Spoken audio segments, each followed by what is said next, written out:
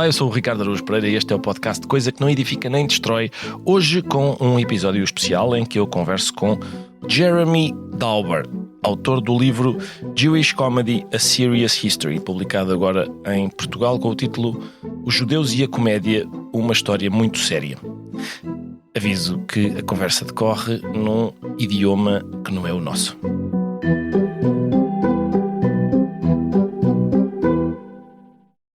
Daqui em diante, we'll switch to English and honoring our guest. Thank you all. I'd like to start thanking you all for coming, to thank Ricardo Araújo Pereira and Jeremy Dauber in particular. I also want to thank Utopia, this excellent literary festival, for creating the necessary conditions for us to have Professor Jeremy Dauber with us to present his book, Jewish Comedy, A Serious History, em português, Os Judeus e a Comédia, uma história muito séria. It's an honor for me as publisher of Livros de Gosta to be able to publish Jeremy Dauber's magnificent book in Portugal. This is a very serious history, as it is said, indeed, in which we learn and also laugh a lot. Jeremy Dauber is a scholar. He is a professor of Jewish literature and American studies at Columbia University, but he's the kind of scholar who knows a lot about comedy and with a practical knowledge about comedy, not just a theoretical one. An academic who knows how to crack a good joke. I think we'll see that in this conversation. And there are plenty of them, plenty of good jokes in this book. Although this book, and this must be said, is not a book of jokes. Is a book with jokes. But a serious book. And as for Ricardo Araújo Pereira, I just need to introduce him to Jeremy Dauber. I'm sure everyone in this room knows the most famous Portuguese comedian of our time, and for a long time now already. It will be embarrassing for me to ask questions in English to Ricardo. It's very strange, but okay, we'll hear for that. What perhaps fewer people know is that Ricardo Araújo Pereira is not only a practitioner of humor, but he is also at the same time a researcher of the mechanisms of comedy. Ricardo is now airing the second season of a podcast in which we can testify this once more. The podcast is called Coisa que não edifica nem destrói. It's a quote from Machado de Assis, the great Brazilian writer. Humor being a thing that neither build nor destroy. Ricardo Araújo Pereira is also the author of a short essay that I recommend the most to anyone interested in thinking about humor and the way it works. It's called A Doença, o Sofrimento e a Morte Entram num Bar. Sickness, Suffering and Death Enter a Bar. Maybe also a definition of comedy, of humor. The topic, of course, in this conversation will be Jewish comedy, and the reason why this idea that Jews have a special sense of humor, why this idea entered the mainstream. The entertainment industry in America has long been dominated by Jews. And Jeremy, what led you as a literary teacher to take a particular interest in comedy? Well, first of all, thank you so much. Thank you, Ricardo, for doing this. And thank you all for coming and for learning English just so that you could attend this panel. Thank you. That was great. I would say that I became interested in writing about and thinking about comedy as a professor because I was interested in it, like I think a lot of us, as a kid. And it was just, something that I was very interested in the way things worked. I didn't have the skills or the abilities to be a scientist or an engineer, so I was interested in the way that jokes worked and how literature worked. One of the things about comedy is that it's a really wonderful way, and I'd be interested obviously to hear what you think about this as well, right? But it's a really interesting way to understand how a community works and how communication in literature works. Because if you're a poet and you write a beautiful, brilliant poem, or at least you think it's a beautiful and brilliant poem, and you read it to the audience and they say, well, we don't get it, you can say, that's okay, I'm a genius. Right, I'm fine. Right, but if you tell a joke to an audience and nobody laughs ever, you're in trouble. Right, I mean, I think so. That was something that really interested me, and I started talking about it at university, and people seemed to be interested. And so I said, maybe there's a book in this, and it turned out there was. But I mean, you have this. You're actually on the front lines doing this, right? I mean, so it's a, maybe people know this, but what's your take on it? Well, thank you. You say I'm in the front lines as if it was a war, but it's much more serious than that, I think. Yes, this is what we are talking about today. This book about Jewish comedy, a serious history, and I think that that's something that has always fascinated me. Why are there so many? Why do we feel that the Jewish people have like a special inclination towards comedy, humor? My theory is, I don't know what you think about this, but my theory is that Jewish people live an enhanced human experience.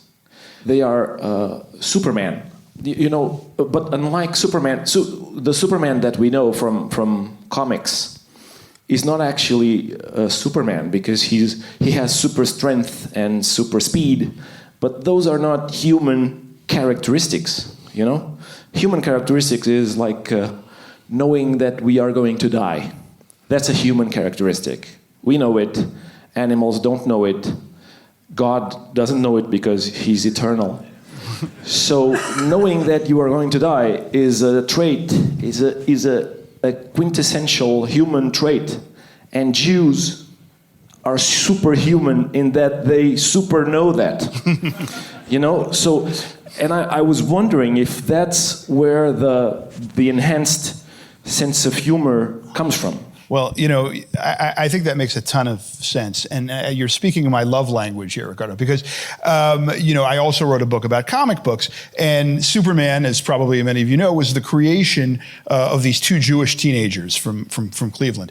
And one of the things that is another of Superman's superpower is that, as you say, he's fundamentally not superhuman, but is trying very hard to be human, right? He really wants to. That's the brilliance of the concept, is he could be a god, but he really wants to be just like everybody else, right? And so why ever would he want to be Clark Kent of all people, right? When you could be Superman, because he wants that.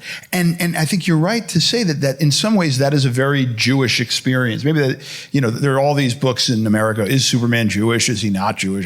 Right? But this, I think you've given the best answer I've ever heard, right? In some ways, because what Jews really wanted in a lot of the diaspora in a lot of the world out there is to be part of the countries that they're in. And to say, I really need, maybe I feel like I'm not, maybe I feel like I only partially am, and I want to learn how to do that. I want to learn how to communicate. And like we were saying before, comedy is this great method of communication. If you can talk to people and say things that make them laugh, well, that means you probably understand them a little bit, and it means you're halfway home to welcoming and acceptance. And so I think it's a really very powerful way, like you're saying, of showing the Jewish experience through comedy. Jews are called the people of the book, and the Bible as a special chapter in your book, the questions of the Bible, and your book says that this spirit of humor comes from the Bible. I'd like to ask Ricardo, because Ricardo, I know you have a very strong interest in the Bible. You are a very careful reader of the Bible, of what in the Christian tradition is called the Old Testament. To what extent do you relate your interest in the study of humor and your interest in the Bible? Very much, but I learned from Professor Dauber's book that that's one of his theses, is that one of the origins, or the main origin of Jewish sense of humor, is the Book of Esther. It's not a very well-known book of the Bible, but it's a book where stuff. Actually, it's one of only two books where the word God does not appear. I think the other is Ecclesiastes. I think so, Ecclesiastes and the Book of Esther. And the story in the Book of Esther is it's a funny story, actually, because things happen as if orchestrated by a trickster God that doesn't show himself. But it's like a Roadrunner cartoon in which the hero wins because he's incredibly lucky. It's so lucky that it's hilarious. So in the Book of Esther, someone wants to kill all the Jews, an ambition that many people have had all over history, unfortunately. And so he builds. What do you call that? A gallows where you hang people. To hang one particular Jew, he hates them. He hates more.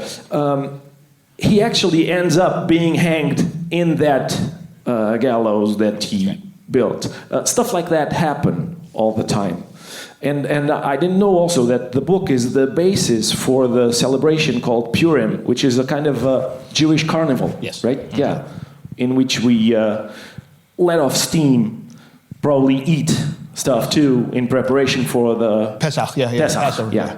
So it's like Carnival and Quaresma for us, exactly the same, yeah. So Purim and Pesach. Yeah, we copied a lot of stuff from you guys, just changed the names.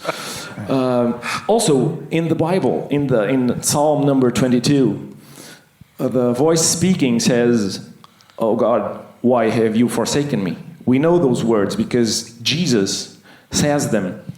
That's one of the evidences that Jesus is fulfilling what was projected in the Old Testament. But to you guys, you don't have the good news that Jesus comes to bring. So again, you are just an enhanced human. You are living an enhanced human experience in which the idea of an afterlife is not central to your beliefs, and so I think that the more you believe that you live forever, the less funny you are. So I think it's great for Jewish people. Three things: the idea of an afterlife is not central to the beliefs. Your God doesn't really seem to like you that much. The Bible, apart from Esther, is not a funny book at all. I suppose that we can't consider it a funny book. And I learned in your book that the Jews were not considered for a long time a funny people. What was the turning point for this idea that Jews are humorous people? Right. No, I think, and that gets back to some of the things. It's a great question, Carlos. And I think it gets back to some of the things that Ricardo has said, right? Which is that in some sense, when you say the Jews, when I say the book, when the Jews were considered, that was often from an external view of them, right? And it was an external view, as Ricardo was saying, sort of from a Christian point of view, largely, right? It's that the Jews were in some sense essentially or metaphysically sad because, they had the chance to get in on this great deal, called Jesus, right? And they turned it down, and they can live to regret this sort of at their long leisure. And from the Jewish perspective, that wasn't necessarily the way they told the story, but the way they did tell the story got to your second point, right? Which was to say, and it goes back to that double-sided nature of the Book of Esther, which is that on the one hand, you can see it as a sign of a comedic happiness in divine providence, or as all Jewish holidays can be embodied, they tried to kill us, we survived, and now let's eat. Right. But on the other hand, as you said, God's name isn't mentioned in it, and it's very possible to read the book as simply the fact that Jews survived this attempt to wipe them out simply because of a series of coincidences. And it's that both sides of the thing, right, that say, well, maybe we, the Jews, are God's chosen people, and everything is illustrated to show that kind of divine hand on the scale. But maybe we're all just fooling ourselves, and it's just chance. Maybe the God is a trickster God. Maybe he doesn't like us that much. Maybe he doesn't exist, right? And there's an American writer, I believe it was F. Scott Fitzgerald, who said that genius is the ability to hold two opposing ideas in your mind at the same time. And these two sides of the coin provide a certain kind of sensibility for comedic genius, right? To say, maybe we're the best. It all works out really. Maybe, but look at the world, right? It's how do you put those two things together? And that's comedy, right? That's funny. And you have that, as the Jewish people has that, because they have at the same time a kind of superiority complex because I'm one of the chosen people, right? And at the same time, an acute consciousness of self-criticizing nature. Like there's a joke. I don't know if you know it. There's two rich Jews are praying at the synagogue, and the first one says, "God, I'm nothing. I'm a worm. I'm nothing compared to you." And the other says, "God, I'm also nothing. I'm nothing." And then a poor Jew comes and starts praying, "God, I am nothing." And the two rich Jews says, "Oh, look who thinks he's nothing too."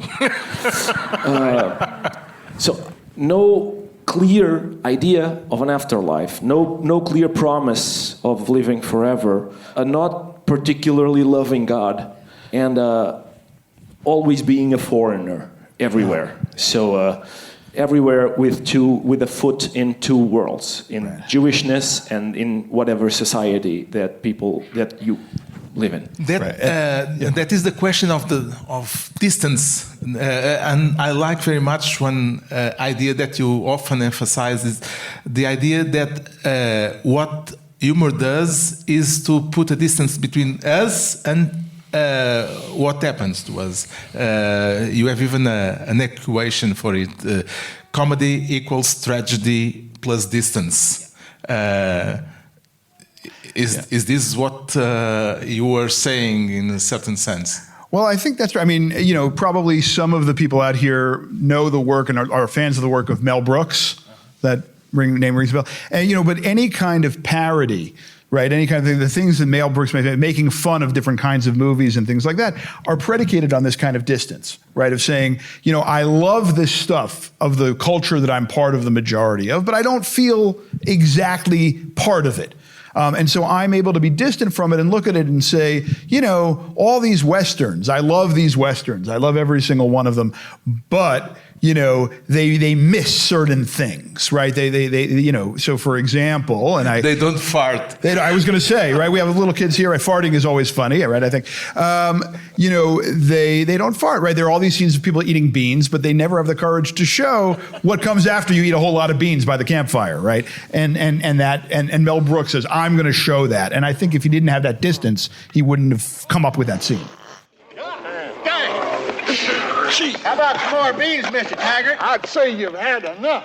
One of the 7 characteristics of the Jewish humor that you identify is also, which is a characteristic of humor, is in general. In general, it's that it's vulgar, raunchy, and body obsessed. Yeah. Well, it's being body obsessed is also a way of noticing that we being the product of a God. So we are the creation of a God, and yet our bodies have some malfunctions or less noble activities, and celebrating those and underlying those is something that comedy does. There's a book by Howard Jacobson, a Jewish author, and he says that one of Mel Brooks's movies called High Anxiety. It's a movie about Hitchcock and psychoanalysis.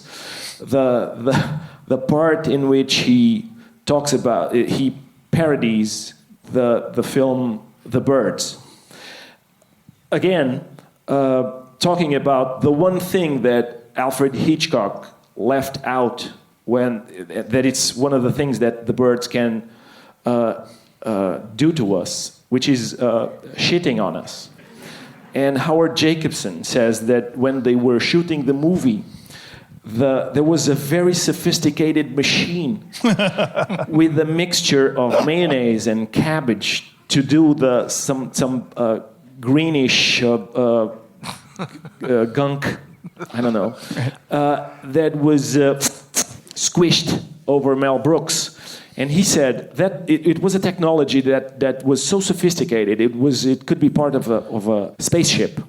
But no one on the set said, is this a waste of... because they knew that squishing fake bird feces all over Mel Brooks was fundamental, was essential for us. Right. I just want to point out that, I don't know if you can all see this, but the kids in the first 2 rows who were not paying attention for the first 20 minutes, fascinated right now.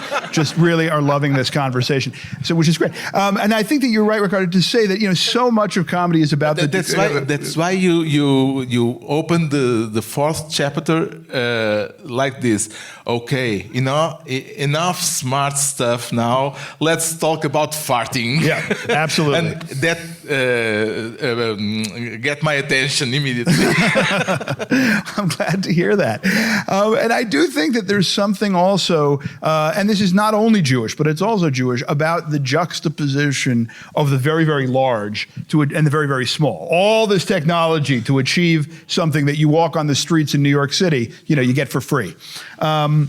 And I think you're right to say that there is some sense in which that also applies to the metaphysical, right? Of saying, here are all these grand covenantal promises, these promises of God's theology and all these. Yeah, but you know what? I have my horse, I have my milk, I'm a milkman, I'm Tevye, right from Fiddler on the Roof. I just have to get through the day. How does all this apply to my day-to-day? And that juxtaposition in which, you can also kind of talk back to God or to the camera, that's very Jewish in its way, too. I think that's very important. Getting back to the question of distance, we've told, I told the Bible is not that funny, but is it possible to laugh reading, for instance, due to this question of distance, the book of Job, following all that misery, that extreme misery, and due to the distance that we have from that question, that can it turn into also a funny book in a certain way? Yeah. I think one of the things, it's a great question, Carlos, because one of the things that I'm also interested in, people, when we talked about the title of the book in English, we said, should it be called Jewish humor? And I said, no, it really has to be called Jewish comedy, because in English, right, comedy can also mean a kind of all's well that ends well, a kind of graceful ending, right? A lot of Shakespeare's plays that don't really seem so funny can also be called comedies, right, in English. And that, in that sense, Job, you can make an argument, is a comedy, right? There's all of these terrible things that happen, but, and then there's a whole long bunch of philosophy. And then at the end, he's restored to where he was before. I think that gets to the idea that comedy and tragedy are so intertwined, because we say, oh, see, all's well that ends well. Yes, all of his children died, but he had this new set of children. I'm a parent of 3. That would not be a consolation. I'm going to be honest with you. So, it's a really interesting series of questions that come up about what is the price of that kind of comedy. But, yeah. Did you laugh reading the book of Job? Not exactly, because I have the same problem. Yeah. So if after killing all my family, God sets me up with a brand new family, it's not like a car. So it's not like a... But that meets the equation. Comedy equals tragedy plus distance. Yeah, it is, yeah. And it's distance from us. Yes, because it happens to Job and not us, and But there's a. So I think there are more points to be made about the Bible, that that God does not have a sense of humor, and is a very strict God, and also in both books. So Saint John Chrysostomus, I don't know, John Chrysostom, famously noticed that Jesus cries 2 times when Lazarus dies and when he sees Jerusalem, but laughs never. He never laughs. And that was a very important observation for Christian people to realize that their model of human being never laughed. Also, but sometimes I think it's possible to see that there are some things that are funny in the Bible, especially if you I don't know if you Professor Dauber, if you know, there's an American very wonderful comedy writer called Simon Rich. Oh yeah. Yeah, he when Abraham, so God tells Abraham that he should sacrifice his son Isaac. And so he takes Isaac to a special place, and when he's prepared to kill Isaac, there's a voice coming from above that says, "Okay, I'm satisfied. You don't have to kill your kid. I believe that you fear me.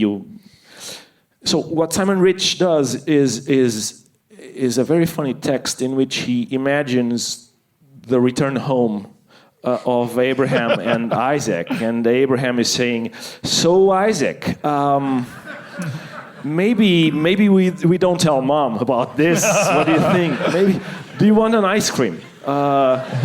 Would you like to go camping one of these days?" And yeah, that's good. And that gets to, that's wonderful. And I hadn't heard that, but it gets to this wonderful idea also of comic history, right? Comics have a genealogy. I know you know Woody Allen. You interviewed him, and 2 generations before Simon Rich, Woody Allen also has a scene that takes off of this book of Genesis, right? Where he says, Abraham says he's going to do it, and God says, "It was a joke." And he's like, "Really?" He's like, "Here, I jokingly suggest you go out and sacrifice your son." And and he says, "Well, doesn't that show, what a great servant of God I am?" He goes, "No, it shows you're an idiot," And I think that, you have these great themes that different generations of Jewish comics, Simon Rich is also Jewish, sort of look at and say, we see where we can twist this and turn it into comic material. There's what in it to mock and to laugh at, and we do it in these different ways. Like, right now in the 21st century, Rich is a young guy, we're more into that kind of awkward, cringe kind of comedy. And I almost felt myself cringe up at hearing that description. You did it so well. And Woody Allen is more of like, I'm just going to show you how Abraham can be kind of almost a Woody Allen character, like a neurotic Jewish guy getting yelled at by somebody, right? So it's really interesting how that develops. Yeah, I love that. Thank you for bringing that up. That's great. You identify 7 strands of the Jewish comedy, but I noticed that, for instance, number 3, Jewish comedy is bookish, witty, intellectual. Number 4, Jewish comedy is vulgar, raunchy. So everything is Jewish comedy. That's what you're saying. Well, I think that's right in the sense that, one of the questions that you're asking that I often get asked is, what is it about Jewish comedy that makes it Jewish, right? Because aren't all of these things in other comedy? And I answer that usually, if you'll permit me, by telling a quick joke. And you know, I'm a little diffident telling it in front of one of the country's greatest comedians, but I'm going to do it anyway. And so it's this joke, and it's a joke about a guy telling a joke. And the guy says, I have a great joke for you, okay? And it's this joke.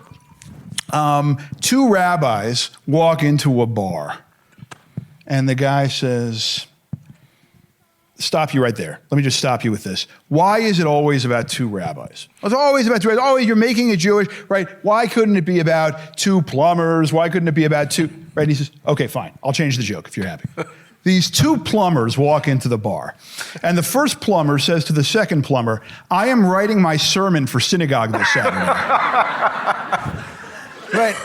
And so I don't really have an end. In other words, the reason that these things are strands of Jewish comedy is because the universal aspects of those strands, I'm looking at how they play out in Jewish history and among Jewish people.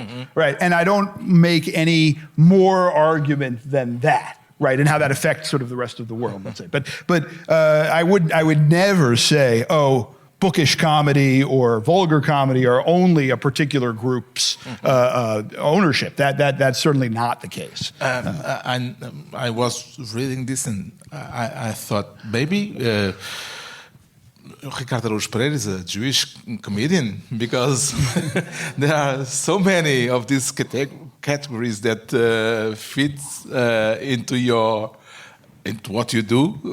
Do you identify as a Jewish comedian? No, well, unfortunately, no. I think I many times I think if I wasn't an atheist, what would I be? And I think that Jewish is the best answer for me.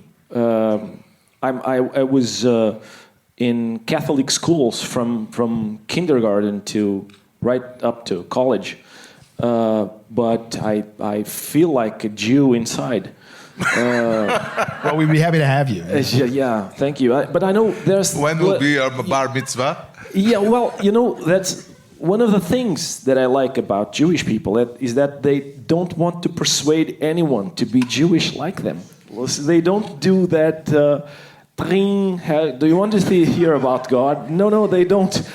So I heard that if someone goes to the synagogue and says, I'd like to be Jewish, they say, really? That's the first reaction. It's not really welcoming stuff. There's a wonderful joke in your book, actually, about the guy he has a... I think it's this one. It's a very tragic story about having a son that's the product of a rape, and so to punish the kid, he raises him Jewish.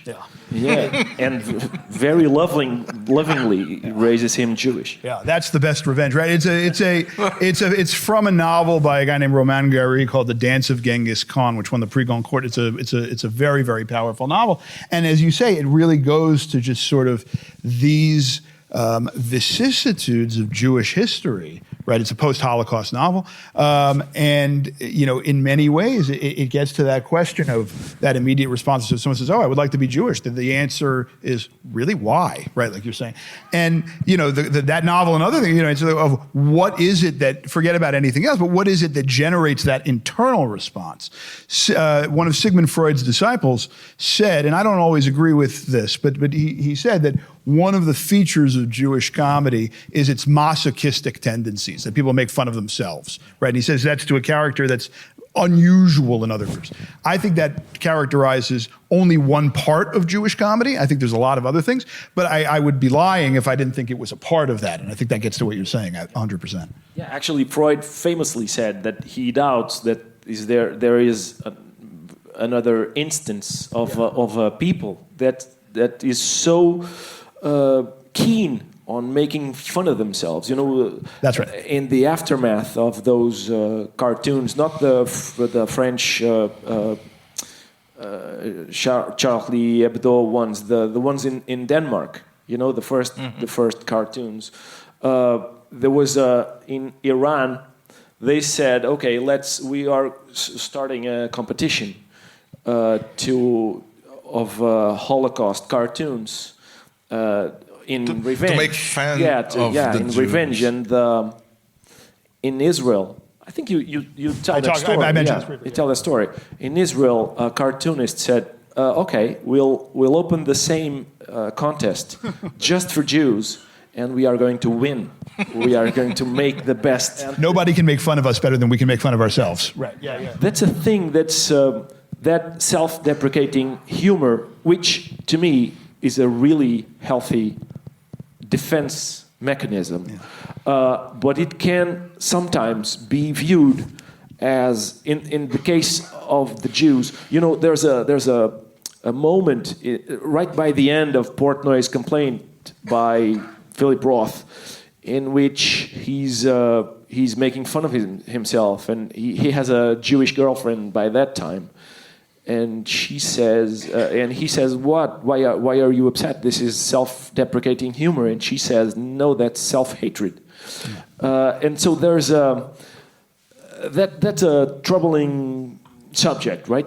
Yeah, I think and as you say, it's a very complicated dynamic, and I think you're right to say this. I mean, both Woody Allen and Larry David at different points have had the same response to this charge, right? Which is, people say, well, you're a self-hating Jew, and they say, that's ridiculous. I hate myself, but it has nothing to do with being Jewish. I want to know what a Jew is whistling Wagner Do you want to know? When he was one of the great anti-Semites of the world. You know what you are? What am I? You're a self-loathing Jew. Am I? Oh, Well, yes, let me tell you yes, something. yes, yes. Jewish. I do hate myself, Yeah. but it has nothing to do with being Jewish, okay? No, it doesn't have anything No, to it do with doesn't. And that's sort of true, but it's also sort of not true, right? I mean, that there's this, and right now, certainly in America, and I suspect in Portugal, you have the same conceptual categories. There's this distinction that's very popular out there between laughing at and laughing with. Right. So, there's a lot of this self-deprecating humor, which, as you say, Ricardo, I think quite rightly is a defense mechanism. Right. But if someone, who is not part of the group is laughing a little too hard and says, yes, that's right, that people say, oh, hold on a minute, wait a minute, and that becomes sort of that complicated thing of where the laughing with might turn into, not always, but into a laughing at when it's that kind of humor.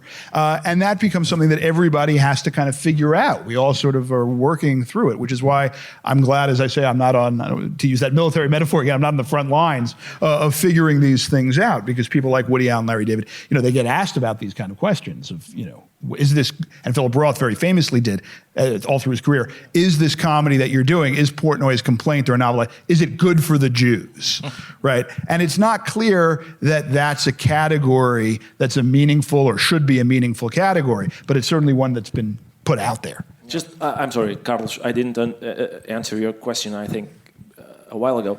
Also, I also had the sense that we could, looking at your 7 trends of Jewish comedy, we could erase the word Jewish, and we would find them in comedy in general. Yeah. But I understand that what you are doing is, okay, Jewish comedy has these 7 traits very present.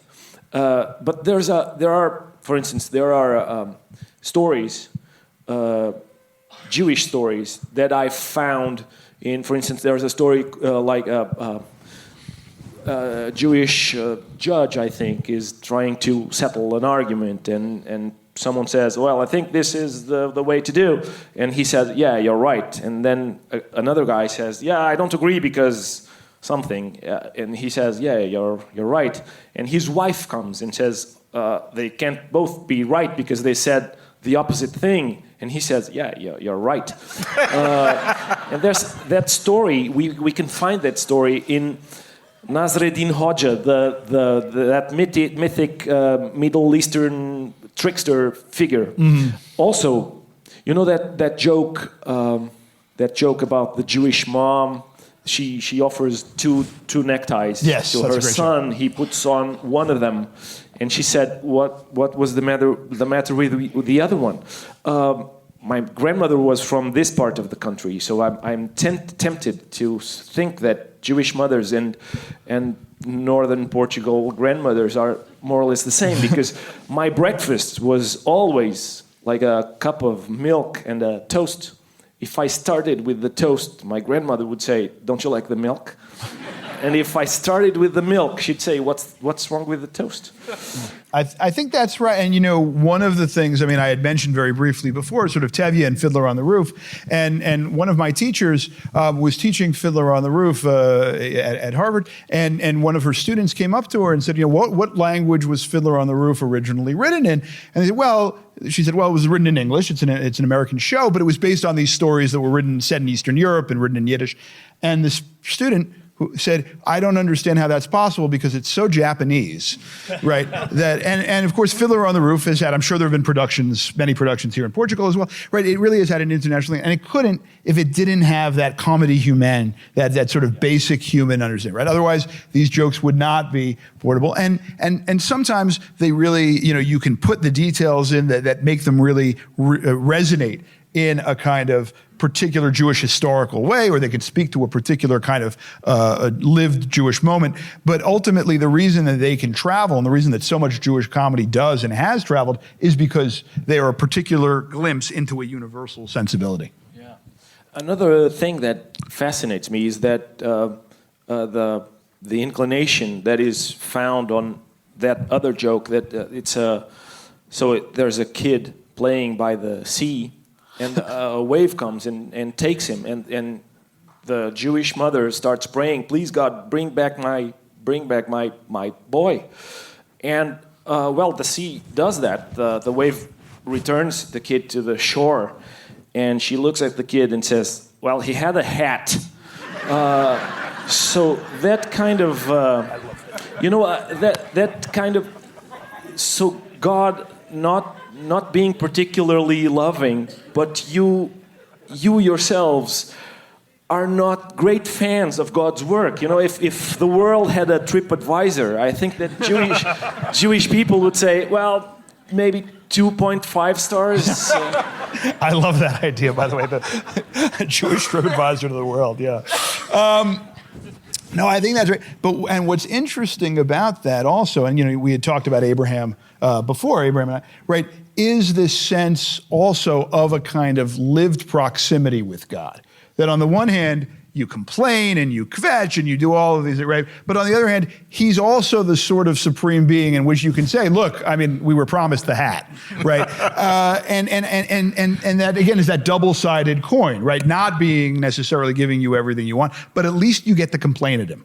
Right? And I think that really is a very interesting dynamic that leads to a kind of familiarity with Jewish religion and theology. I've just been visiting here for a couple of days. I've seen some of these magnificent churches, and they give a sense of awe and grandeur and beauty, and they are magnificent. Most Jewish synagogues don't have that kind of architecture, even the bigger ones. And in some sense, that reflects a kind of closeness, right? You can go to pray anywhere, right? And sometimes those prayers aren't answered, right? A lot of times those prayers aren't answered, but, you can yell about it. We'll have a couple of minutes to some questions or some... Hi, hello. Do you think Jewish humor is different than Catholic people's humor or Muslim humor because of that proximity with your God? So you don't have afraid in the afterlife of being punished because you're not a good person, so you have more freedom to joke. And I'd like to say also that Portnoy's Complaints is one of the most funniest books I ever read. And I advise all mothers of boys, I have 3 of my own, to read it because it's really a good lesson for us. Thank you. Thank you. I'd like to ask you about the limits of the humor or the comedy. I've already heard Ricardo about that sometimes. Is there a limit in Jewish comedy, Jewish humor? Is it the Holocaust, the limits? I saw that that, for instance, Mel Brooks, he jokes about the Second War and about Hitler, but not about the Holocaust. But he jokes about the Inquisition, and we all remember that song about Inquisition, and he jokes with the Jews in the Inquisition's situations. Maybe within 3 or 4 centuries, there are jokes about the Holocaust. For instance, David Grossman as well, he sometimes in a horse walks into a bar, he jokes about the Holocaust memory. Is that the limit? Is there limits about that? I'll start, and then of course I want to. So I traverse to your question, man. I am not an expert on other sort of religion, comedy and the other religious traditions. So I just want to be very clear about that. I do think, though, that you're right when I speak about sort of the Jewish tradition, that there is not always, right? One of the reasons why I have these different strands is to sort of say there maybe are parts of this comic tradition that are underknown. But I think that you're right that the here-based notion, largely speaking, of Jewish existence allows people to say, well, if we're getting all these promises from God, look at the world around us right here and now. It's not all being a vale of tears to be saved up for the future. So I think that does sort of shift, and you were alluding to this, I think, before. I think that does shift that nature. I can't speak to the nature of comedy in Islam. I'm just not an expert about that. In terms of the question of limits, I think, and we talked about this a little in our interview about it, but that there is no topic that is off limits if it is properly handled. Brooks himself, as you say, I think quite rightly, right, he has made a real distinction in his mind and in his interviews between making fun of Nazis and speaking about the Holocaust and going into the camp, as he puts it, I don't go into the camps, right? Larry David was managed in his show Curb Your Enthusiasm to take something with a remarkable degree of difficulty. I think it's a question of how well you pull off things, and it's like Olympic diving, right? Things have different degrees of difficulty. This is the highest. And he makes a tremendously sophisticated, although also quite silly, Holocaust joke in which, for those of you who have not seen the episode, he is having a Passover Seder, if I recall correctly, and he invites two different survivors to his meal, but it turns out that one of them is the survivor of the concentration camps, and the other was a contestant on the television game show Survivor.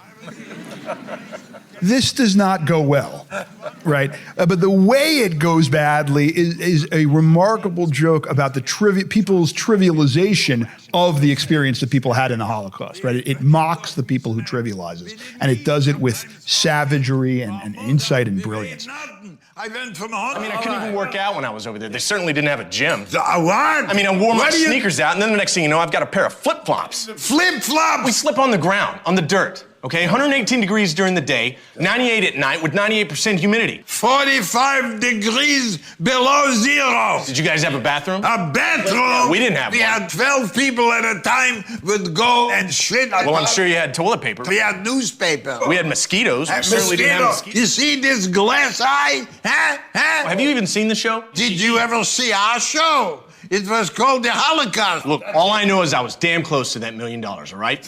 And the whole time, everyone's backstabbing me and undermining me, trying to get me kicked off the show. You don't aggravate yourself here. About survival. I'm a survivor. I'm a survivor. I'm a survivor. I'm a survivor. And so that one worked. David has told other Holocaust jokes in his careers that don't work that well.